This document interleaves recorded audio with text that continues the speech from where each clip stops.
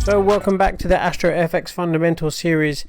In this one, lesson 3, we're going to look at what data is important for what currency and also the correlations for the currencies, what to look out for each one.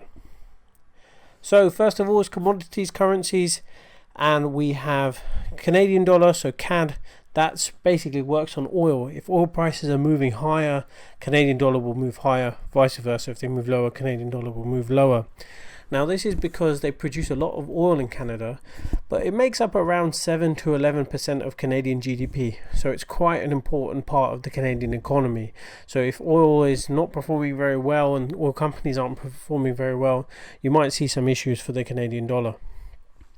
The same thing in Australia, but for base metals. So for the Aussie dollar, if copper and iron ore are moving higher, often the Aussie dollar moves higher with them. So purely because if they'll make more sales of it at a higher rate.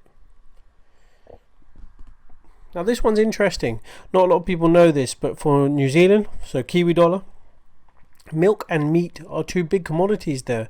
There's a lot of cattle in New Zealand. There's actually more sheep than there are people. So in terms of meat sales, they sell a lot of meat to China because it's a growing economy, and also to India as well. But milk comes out of basically powdered form and also raw form as well, and this is used for basically babies when they feed them, things like that. So it's powdered milk, and it has a big part to play on the Kiwi dollar. Manufacturing data. So this makes manufacturing data important in these economies because they're manufacturing nations. They produce a lot of stuff. So manufacturing PMI from Canada and Australia is important for their currencies. But also, adding to this, Chinese manufacturing data is very, very important for Australia because obviously they're the largest consumer of base metals. They actually consume 50% of all global base metals. So if Chinese manufacturing data is good, then Aussie dollar will rise.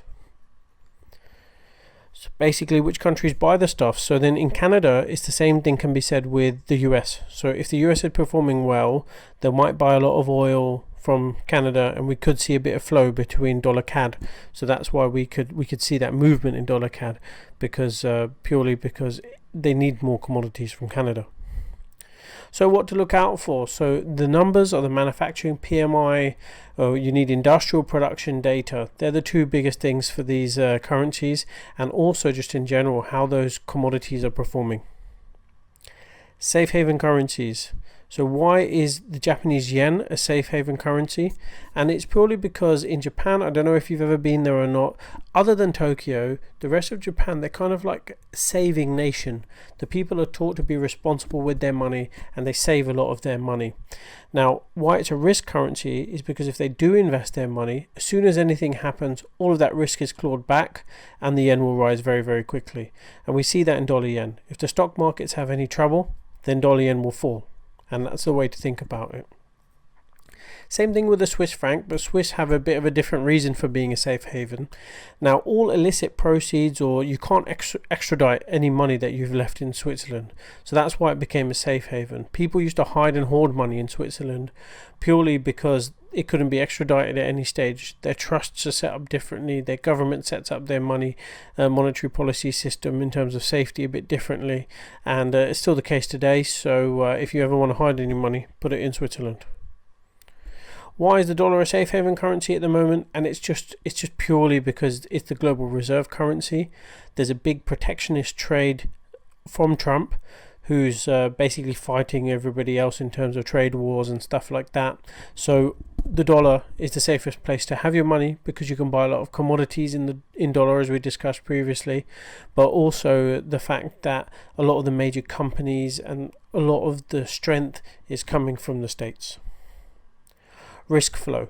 So if stock markets fall, or if there are bad investments, or there are massive political problems, you always look at where the risk flow is going. Is it going into yen? Is it going into Swiss franc? Or is it going into gold? So there are other options here, but they're the main things to watch out for. So how to look on at risk on and risk off. So every single day we look at the risk situation in the market from the previous session.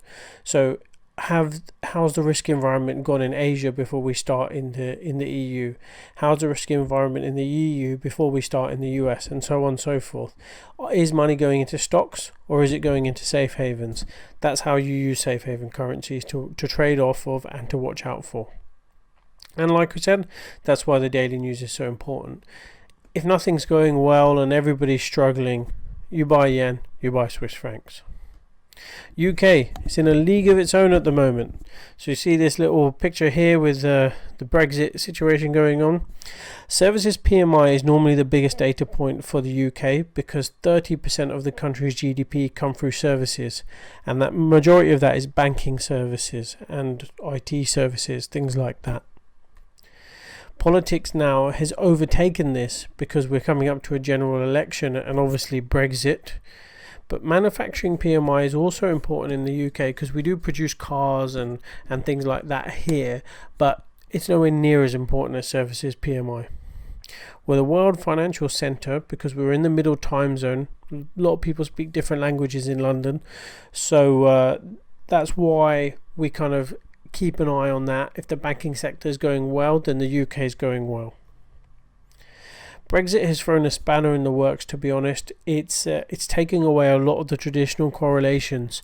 Now that's the key focus. You want to keep all your cards on Brexit headlines basically, and Boris Johnson is saying that he's going to leave with a deal and he's pushing that. Corbyn saying he's going to put out another referendum. We obviously have to wait and see what happens from this point, but it's not the same as any other country right now. We have very, very different problems. The US is the world's reserve currency, and all commodities are priced in US dollars. Now, it has a negative correlation with gold, so if the dollar moves up, gold moves down, vice versa. There are a couple of instances where they can move in tandem together, but we won't go into that now. But that's generally because the US dollar used to be backed by gold, and then they got rid of that correlation between how much gold reserves that the country has to have, and now it's just purely an inverse correlation. Politics in the States is also interesting at the moment. We've got Donald Trump in charge. The Democrats are trying to throw him out, so we're looking to see whether he's impeached. But also, he puts a lot of pressure on Jerome Powell, as we discussed in the interest rates lesson.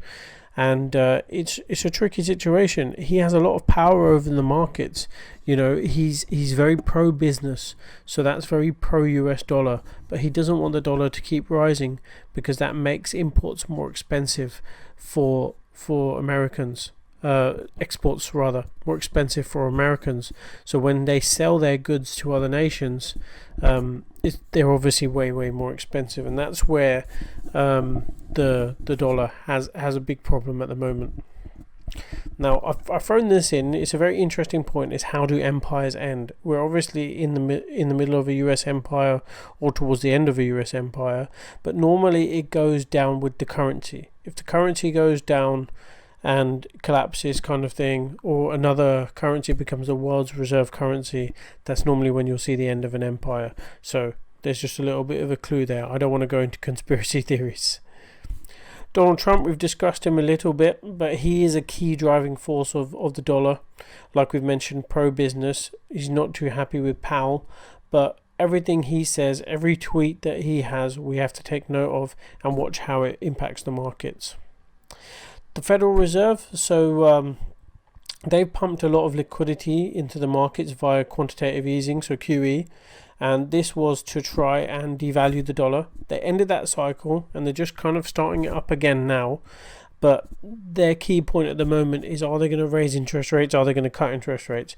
They've cut interest rates recently. They've said that they're going to pause now to basically see how that plans out and what happens from here, but they're under a lot of pressure to keep cutting from Donald Trump. So what to look for from each currency. So if you're trading dollar yen, you're trading risk. If the stock markets are going up, dollar yen's going up. If the stock markets are going down, dollar yen's going down. So any risk event that's negative, you will buy yen and dollar yen will go down. So if you're trading CAD yen, then you're trading oil versus risk. So what we mean by this is if oil is going higher, but let's say, for example, stock markets are going higher, then CAD yen will go higher. So you're basically looking at where commodities are versus risk. This is an interesting one. So if you're trading sterling versus Australian dollar, you're trading UK politics versus base metals. So if UK politics is doing well and Boris Johnson might get in charge, that's perceived to be doing well. Whether you think that or not is your problem. And then base metals are falling, then you'll see Aussie sterling. You'll see this transaction, so GBP Oz will go right up based on that. But that's just at the moment. I've put that in brackets because of Brexit and the general election.